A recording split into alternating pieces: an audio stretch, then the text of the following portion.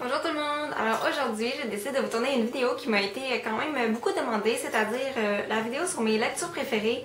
C'est une vidéo que je vais sûrement refaire au courant de l'été parce que j'ai l'intention de vraiment lire beaucoup. J'aime vraiment ça, puis j'en commande souvent sur Amazon, donc c'est sûrement une vidéo qui va revenir souvent durant l'été. J'ai 7 à 8 livres à vous présenter aujourd'hui, donc je vais commencer sans plus tarder si je veux pas trop dépasser dans le temps. Donc, premièrement, je vais vous présenter deux livres que j'ai vraiment beaucoup aimés, que j'ai lus à l'école, que j'ai lus pour des cours, comme quoi les livres qu'on lit à l'école sont pas toujours plates, vraiment pas. Le premier, c'est un livre que j'ai lu en secondaire 5. On avait un projet à faire, puis notre lecture était libre. En fait, notre enseignante nous avait proposé plusieurs livres, puis en équipe, on devait en choisir un, puis faire un projet là-dessus, puis même le projet était libre, donc on avait vraiment beaucoup aimé ça. Puis nous, on avait choisi le livre Ensemble, c'est tout de Anna Gavalda. Ça peut paraître un livre qui est gros et long à lire, mais on embarque tellement dans l'histoire, on lisait comme tout le temps. Puis c'est l'histoire d'une fille qui est pas très riche, qui habite dans le toit d'un immeuble en fait. Puis il y a deux gars qui habitent ensemble dans un appartement un peu plus bas, puis à un moment donné, il y a un gros orage, puis bon, il y a un des gars qui décide d'inviter la fille à habiter chez eux quelque temps parce que là, elle est malade, puis il n'y a pas de chauffage chez elle, puis bon, elle a vraiment pas grand-chose. Puis l'autre garçon qui habite dans cet appartement-là, c'est un peu un courailleux, là, il court un peu partout, il amène des filles à la maison, puis il est vraiment pas content qu'elle soit là. Vraiment pas, même il aime vraiment pas ça. Puis finalement, il y a une histoire d'amour là-dedans, puis on embarque tellement dans l'histoire, puis c'est vraiment bon, puis le punch à la fin, là, je voulais juste jamais arrêter de lire, ok? Puis ça m'a fait aussi en même temps découvrir cet auteur-là que j'aime vraiment beaucoup, j'aime comment elle écrit, puis c'est une auteure qui est française, donc c'est pas un livre qui est traduit, ça c'est vraiment le fun là, quand tu lis dans la langue originale du livre. Puis il y a un livre, pas un livre, il y a un film de ce livre-là, mais si j'ai un conseil à vous donner, c'est vraiment de lire le livre en premier parce que c'est un film français. Puis je m'excuse si j'ai des Françaises qui m'écoutent, mais j'aime vraiment pas les films français, ok? Le film, il est bon, là, c'est sûr que ça raconte l'histoire presque identique à celle-là, mais je pense que si j'avais vu le film avant de lire le livre, j'aurais pas autant trippé sur le film. Donc je vous invite vraiment à lire le livre avant, puis aller louer le film après, là, ça c'est vraiment mieux dans ce sens-là. Donc je vous conseille vraiment ce livre-là si vous avez envie d'une bonne histoire d'amour. Ensuite, le deuxième livre que j'ai lu à l'école, c'est un livre que j'ai lu dans mon cours d'anglais au cégep. Tous les autres livres que j'ai lus au cégep en anglais étaient vraiment mauvais, mais celui-là, je l'ai vraiment adoré. J'imagine qu'il existe en français, là, je sais pas, j'ai pas cherché, mais il est vraiment pas difficile à comprendre de toute façon. C'est The Curious Incident of the Duck in the Nighttime. Donc, ce livre-là, il est vraiment fun parce que, premièrement, il est vraiment simple. Puis, c'est un petit gars, je me rappelle plus trop quelle maladie il a. En fait, je suis vraiment pas certaine de la maladie qu'il a, mais je sais que il aime vraiment pas la couleur jaune. Il sait vraiment beaucoup de choses. Il est capable de faire des calculs énormes dans sa tête. Puis, bon, c'est ça, il y a comme une maladie. Puis, en fait, lui... tout le long du livre, il essaie de trouver qui a tué, je pense qu'il y a quelqu'un qui a tué un chien, bref, de son voisin ou quelque chose comme ça, puis il essaie de trouver, puis il finit par trouver, puis il y a tellement de choses qui y arrivent, puis on embarque tellement dans l'histoire, puis c'est vraiment intéressant, là, sérieusement, là, on voit vraiment la vision de l'enfant, puis comment il pense, puis il trouve plein de choses qu'on n'aurait pas trouvé nous-mêmes, là, et que celui-là, je l'ai vraiment beaucoup aimé, puis je l'ai prêté à mon frère ensuite, là, puis quand j'étais au cégep, mon frère, il était peut-être en secondaire 3, là, puis il l'a lu, puis il a vraiment aimé ça. Donc ça, c'est un autre livre que j'ai lu pour l'école qui était vraiment le fun. Puis en plus, il y a vraiment plein de dessins, si je peux vous montrer, là. Des fois, il fait des calculs, regarde, il fait des espèces de diagrammes comme ça. Donc c'est vraiment le fun, là. Ça amène quelque chose de différent au livre. Donc je vous conseille vraiment de lire ce livre-là. C'est sûr que c'est pas une lecture qui est super légère, là. Si vous cherchez un livre léger pour l'été, ça sera pas celui-là, mais il est vraiment super intéressant. Je vous invite à aller jeter un coup d'œil à ce livre-là. Ensuite, un livre que vous connaissez probablement tous, mais j'ai vraiment envie de vous en parler quand même. C'est The Last Song par Nicholas Sparks. Moi, j'ai vu le film avant de lire le livre. Puis j'ai vraiment beaucoup aimé le film, là, vraiment, là, surtout parce qu'il y avait Miley Cyrus, c'était vraiment bon. Mais quand j'ai lu le livre, j'ai découvert une toute autre histoire, sérieusement. Là. Il est un peu long, ok, mais on embarque vraiment beaucoup dedans.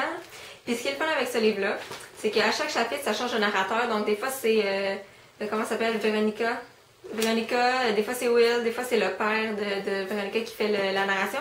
Donc on voit la vision de vraiment différents personnages dans l'histoire. Ça, j'ai vraiment trouvé ça spécial. Au début, c'était un peu bizarre. Des fois, tu lis et t'es comme, qui parle? Parce qu'il faut que tu retournes au début du chapitre pour être sûr de qui raconte l'histoire de ce petit bout d'histoire-là.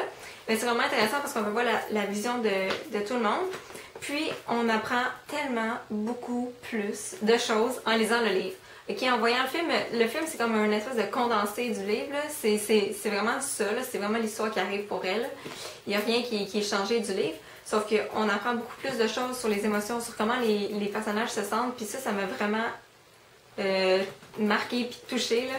Puis si vous avez pleuré dans le film, vous allez pleurer dans le livre. C'est encore pire. Là. Sérieusement, là, à la fin, j'étais tellement triste là, quand son père est mort. Donc, si vous n'avez pas lu le livre et que vous avez vu le film, lisez-le, s'il vous plaît. C'est vraiment une toute autre histoire. Là. C'est ça, on embarque plus, puis on sait vraiment plus de choses, puis on comprend mieux beaucoup de choses par rapport au personnage. Puis après, vous irez réécouter le film, voir si vous le voyez de la même manière, mais je vous conseille vraiment, vraiment beaucoup de le lire. Que cet été, là, ça serait une bonne lecture d'été. Finalement, je vous présente mes livres d'été. Je pense pas que ce soit des livres qui sont... que vous connaissez pas. Je pense que vous les connaissez, mais je vous les présente quand même parce que je les aime vraiment beaucoup. Donc, le premier, c'est Along for the Ride de Sarah Dessen. Elle a fait vraiment beaucoup de livres là, pour les jeunes. Là, moi, je lis beaucoup les livres qui sont pour comme teen, là, adolescents. Puis j'aime vraiment ça. Puis quand j'ai voulu commencer à lire ces livres à elle, j'ai demandé c'était lequel son meilleur, puis on m'avait répondu que c'était celui-là. Donc ça se passe en été. C'est une fille qui décide d'aller vivre chez son père à la mer.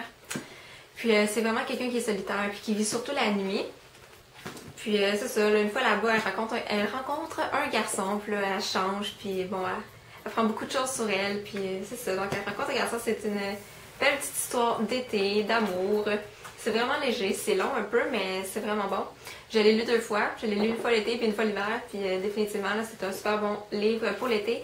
Je vais sûrement lire d'autres de ces livres, puis je vous en reparlerai peut-être un peu plus tard dans une autre vidéo, mais j'ai vraiment l'intention de lire d'autres livres de Sarah Dessen parce que c'est vraiment mon genre... c'est vraiment mon genre d'histoire, puis j'aime vraiment ça. Donc celui-là, je vous le conseille vraiment. Ensuite, une trilogie que tout le monde connaît, mais je vais quand même vous en parler. C'est la trilogie The Summer I Turned Pretty. Il y a 3 livres. En fait, The Summer I Turned Pretty, It's Not Summer Without You, et We'll Always Have Summer. Il y a 2 ans, j'ai acheté The Summer I Turned Pretty. Je l'avais lu sur la plage là, durant l'été, puis je suis tombée en amour carrément. C'est vraiment mon livre d'été favori. Puis je l'ai relu l'année passée, puis je me suis acheté les 2 autres. Puis c'est vraiment super bon, là, c'est léger, ça se lit bien, c'est vraiment à rien de compliqué.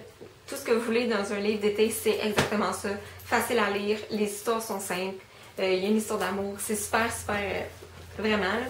Puis si vous voulez le lire en anglais, là, vraiment facile à comprendre, là. Même si vous vous débrouillez moins bien en anglais, là, vraiment. Là. Fait que je vous en dirai pas plus parce que je sais que vous la connaissez probablement, mais si vous n'avez jamais lu ces 3 livres-là, je vous les conseille, je vous les conseille à 100%, surtout pour l'été, là, regarde, vous en avez en masse pour vos mois de vacances avec ça. Pour finir, j'allais oublier, là, il y a 2 livres que je vais vous présenter, mais je les trouve pas chez moi, là, je sais pas si je les avais empruntés à quelqu'un ou si c'était à moi puis je les ai prêtés, là, je sais plus, je les trouve pas. C'est Soutien-gorge rose et veston noir et Gin Tonic et Cocombe de Raphaël Germain. C'est des livres de filles, vraiment. Puis c'est une auteure québécoise, donc je vous incite vraiment à aller lire ces 2 livres-là. Je les ai vraiment beaucoup aimés. Là. Son genre d'histoire à elle, ça tourne tout le temps autour d'une fille qui a perdu son chum, puis que là, ça va super mal. Puis là, il y a ses amis qui l'aident, finalement, rencontre un garçon, puis là, coup de foudre, là, c'est une histoire d'amour, puis ça va super bien jusqu'à la fin. Donc, c'est tout le temps un peu ce pattern-là d'histoire. J'ai lu son dernier qui, je me rappelle plus, Volte-face et malaise. Donc, ça tourne tout le temps autour de ces histoires-là. Puis, je sais que Soutien-gorge rose et veston noir, puis Gin Tonic et Cocon, je les avais particulièrement aimés. C'est des livres qui sont drôles, puis c'est écrit dans un langage qu'on comprend vraiment vu que c'est québécois. Là. Il y a des mots en anglais, il y a des sacs, puis on dirait qu'on se voit plus dans les personnages, là, de la manière dont c'est écrit. Donc, je les ai pas avec moi, je vais essayer de vous mettre les images, là, peut-être dans la vidéo ou un lien dans la barre d'informations, en tout cas, je sais pas trop. Mais je vous incite vraiment à aller lire ces livres-là. C'est pas des livres qui sont courts, là, c'est un peu plus long, mais ça vaut quand même la peine d'être lu, donc je vous incite vraiment à aller jeter un coup d'œil là-dessus. Alors voilà pour ma vidéo sur mes lectures préférées. En fait, ça c'est mes lectures préférées of all time, là, que j'accumule depuis longtemps. Là. Puis c'est ça, j'ai vraiment l'intention de faire d'autres vidéos comme ça. Si ça vous intéresse, dites-le moi dans les commentaires. Dites-moi si vous avez lu des livres que j'ai présentés. Puis si vous avez des suggestions pour moi, je vous invite vraiment à le faire parce que je me cherche vraiment des livres pour l'été. J'ai l'intention de lire là, sans arrêt. Surtout à la plage. Donc si vous avez des livres un peu plus légers, histoire d'amour pour les ados, un peu jeunes adultes, là, ça m'intéresse vraiment. Donc laissez-moi vos suggestions dans les commentaires. Puis je vais refaire une vidéo de ce genre-là avec d'autres lectures durant l'été. Et j'espère que vous avez apprécié ma vidéo et on se voit bientôt. Bye!